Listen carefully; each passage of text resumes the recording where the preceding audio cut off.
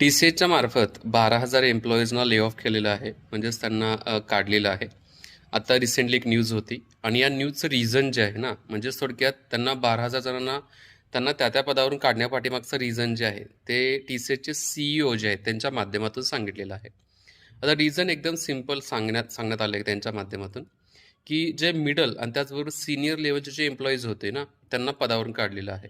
Reason हे आहे की जे आत्ताचं आर्टिफिशियल इंटेलिजन्स म्हणजेच AIचे युग आहे आणि या युगामध्ये या AIच्या स्किलला जर मॅच होत नसेल, त्या स्किलला जर तशा पद्धतीची एम्प्लॉईज जर काम करत नसतील ना, तर definitely not only TCS but other ज्या कंपनीज आहेत ना, डेफिनेटली त्यांचे जे काही कर्मचारी असतील, एम्प्लॉईज असतील, त्यांना पदावरून काढतील आणि तशाच प्रकारची स्टेप जी आहे ती TCSच्या माध्यमातून घेतलेली आहे.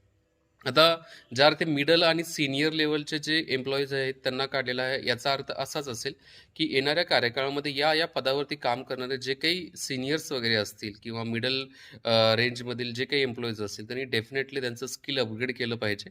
आणि त्याचबरोबर आत्ताच्या घडीला जे नवीन रिक्रुटर जात असतील ना, त्यांना पण डेटा सायन्स असेल, डेटा अनालिस्ट असेल, डेटा इंजिनियर असेल, मशीन लर्निंग असेल, आर्टिफिशियल इंटेलिजन्सी असेल आणि अदर जे ॲडव्हान्स टेक्नॉलॉजी येणार आहेत ना, त्यांना ग्रॅब करणं पण तितकंच गरजेचं आहे.